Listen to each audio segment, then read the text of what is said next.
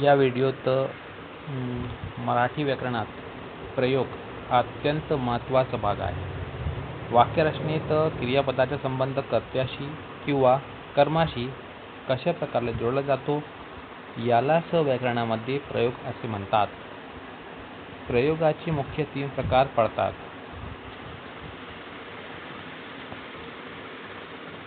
पहिला आहे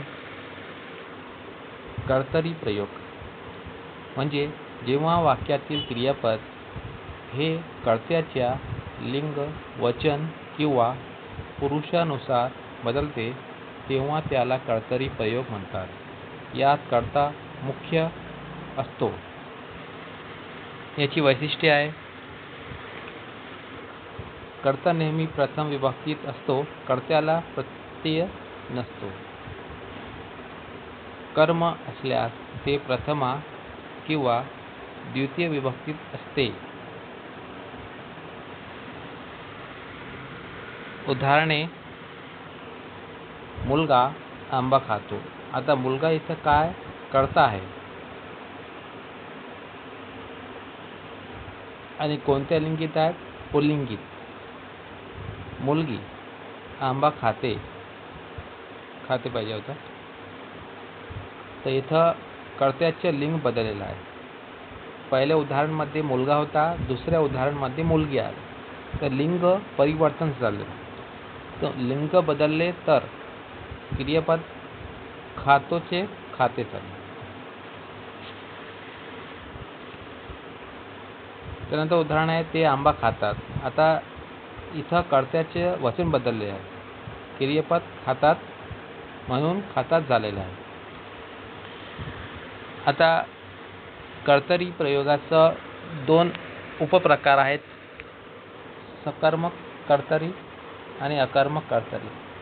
सकर्मक कर्तरीमध्ये वाक्यात कर्म असते. उदाहरणार्थ, राम आंबा खातो. राम हे कर्ता झालं आणि आंबा हा कर्म झाला. त्याचप्रमाणे अकर्मक कर्तरीमध्ये वाक्यात कर्म नसतो. उदाहरणार्थ, तो धावतो. येथे आंबा जो कर्म आहे तो येथे नसतो अकर्मक कर्तरीमध्ये. दुसरा प्रकार आहे कर्मणी प्रयोग. जेव्हा वाक्यातील क्रियापद हे कर्माच्या लिंगा किंवा वचनानुसार बदलते तेव्हा त्याला कर्मणी प्रयोग म्हणतात. यात कर्म प्रधान असते किंवा मुख्य असतो. इथं कर्म जो मुख्य असतो. याची वैशिष्ट्ये पाहूया. याची वैशिष्ट्य आहे: कर्ता कधीही प्रथमा विभक्तीत नसतो. कर्त्याला तृतीया, चतुर्थी किंवा सविकारी प्रत्यय असतो. कर्म नेहमीच प्रथमा विभक्तीत असते. कर्माची विभक्ती प्रत्ययरहित असते, म्हणजे प्रत्ययासोबत असते. हा प्रयोग केवळ सकर्मक वाक्यातच होतो. याची उदाहरणं काही. उदाहरणं पहा: रामाने आंबा खाल्ला. आता रामाने ने हे काय झालं, हे विभक्ती लागलेली आहे. रामाने आंबा खाल्ला, तर कर्म आहे आंबा, तो पुल्लिंगी स्वरूपात आहे. दुसरा उदाहरण आहे रामाने चिंच खाल्ली. आता चिंच हे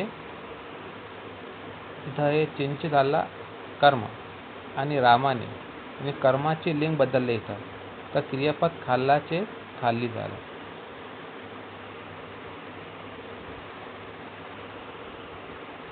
त्यानंतर उदाहरण आहे त्यानंतरचं: रामाने आंबे खाल्ले.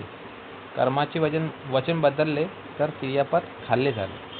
तर इथं उदाहरण तुम्हाला समजलं असणार की हे तृतीया विभक्तीमध्ये कर्ता आलेला आहे. रामाने झालं. कर्तरी याच्यात काय होतं, राम होतं फक्त. इथं रामाने झालं. ते तृतीया विभक्तीमध्ये कर्मणी प्रयोग असतो. त्यानंतर भावी प्रयोग.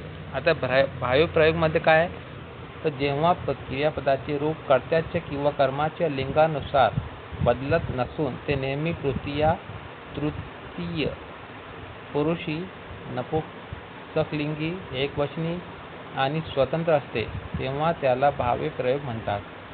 अशा प्रकारचा एक प्रश्न म्हणजे TET एक्झाममध्ये विचारला गेलेला आहे. म्हणून हे TET एक्झाम करिताही खूप खूप महत्त्वाचा विषय आहे. याची वैशिष्ट्य आहे, कर्ता प्रत्यय किंवा प्रत्यय असलेला असतो. कर्ता याला प्रत्यय लागलेला असतो.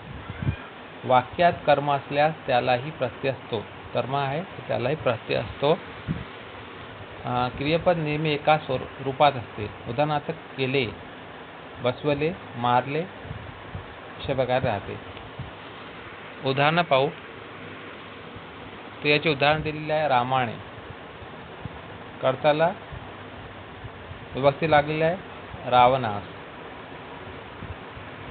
कर्मालाही विभक्ती लागलेली आहे, प्रत्यय लागलेला आहे. आणि मारले, तर अशा प्रकारे कर्ता आणि कर्म दोघांनाही प्रत्यय आहे. म्हणून हा वाक्य भाव्यप्रयोगमध्ये असतो. दुसरं उदाहरण आहे, शिक्षकाने विद्यार्थ्याला शिकवावे. तर शिक्षकाने कर्त्याला प्रत्यय लागलेला आहे, विद्यार्थ्याला तर ला हे प्रत्यय लागलेला आहे. कर्त्याला आणि कर्माला प्रत्यय लागलेला आहे, म्हणून हा वाक्य भाव्यप्रयोगमध्ये समजला जातो. तर अशा प्रकारे आपण प्रयोगाचे मराठीत वाक्यांचे भेद प्रकार पाहिले आहेत. तर याच्यावर नक्कीच प्रश्न विचारला जातो कॉम्पिटिटिव्ह एक्झाममध्ये. म्हणून या विषयाला चांगल्या प्रकारे करून ठेवा. भेटूया नेक्स्ट व्हिडिओमध्ये.